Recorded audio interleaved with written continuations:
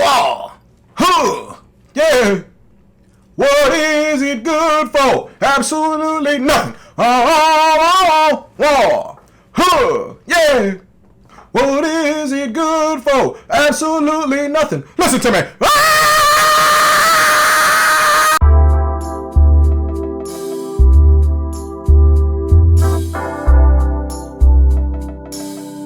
Hey guys, it's your guy in the chair here, and look, this is my review for The Covenant, or Guy Ritchie's The Covenant, starring Jake Gyllenhaal, Dar Salim, Anthony Starr, and was directed by Guy Ritchie himself. And our story follows this soldier played by Jake Gyllenhaal who gets this new interpreter joining his crew, played by Dar Salim. Essentially what happens is their crew gets ambushed out in the middle of nowhere in Afghanistan. They get ambushed. Most of the crew dies. A majority of the crew dies. It's only Jake Gyllenhaal and Dar Salim left. And essentially, what has to happen is he has to bring him all the way to his base on foot. They have to avoid the Taliban at all costs. And then once he gets Jake Gyllenhaal to safety, Jake Gyllenhaal wants to come back, rescue him and his family, Dar Salim and his family, and get them to safety in America because he saved his life. Like, he was passed out a majority of the time. He was shot. He took care of him, and this dude literally dragged him.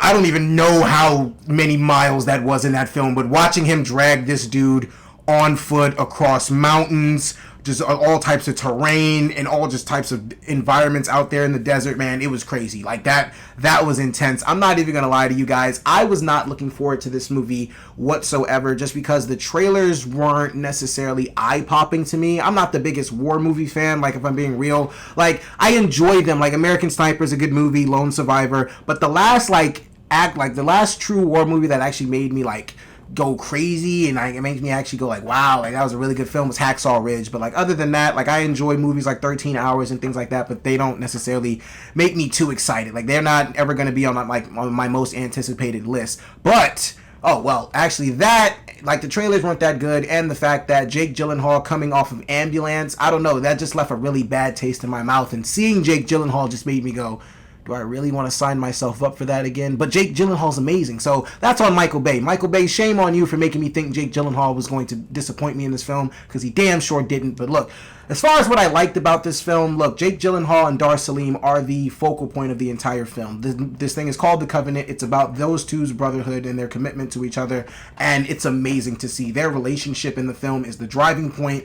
I absolutely adore watching these two just do their thing on screen, man. These two they have great chemistry with each other. Jake Gyllenhaal was amazing. Dar Salim was the standout, though. That dude, he played, I think his character's name was Ahmed.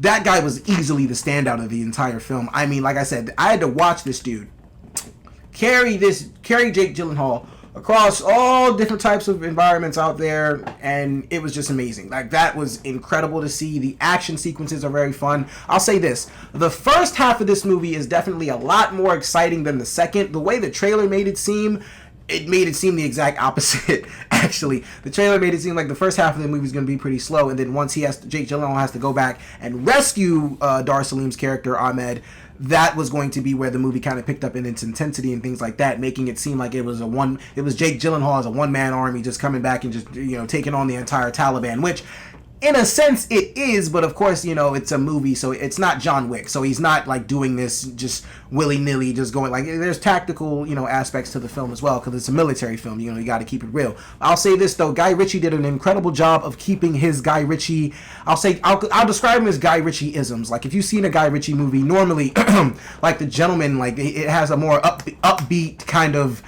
faster paced film, but this one kind of takes a dial back, and I honestly didn't even think that would work for Guy Ritchie. I didn't think a slower paced film would work for a Guy Ritchie movie, but it definitely does.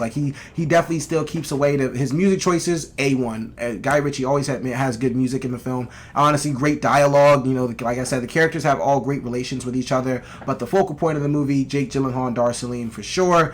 What I didn't like about the movie, like I said, I'm not really going to complain much about it, just because I really didn't think this took away from my experience in the theater itself or in the movie, but like I said, the second half of this film was just a lot more dull than the first. I was kind of all right, I see where the second half was kind of once he had to go back and get him, yes, there were intense parts of it, but it really wasn't keeping you as, I guess, engaged in the first half, like the first half. The first half is full of nothing but tension-filled, intense scenes where you're just literally on the edge of your seat trying to figure out what's going to happen next.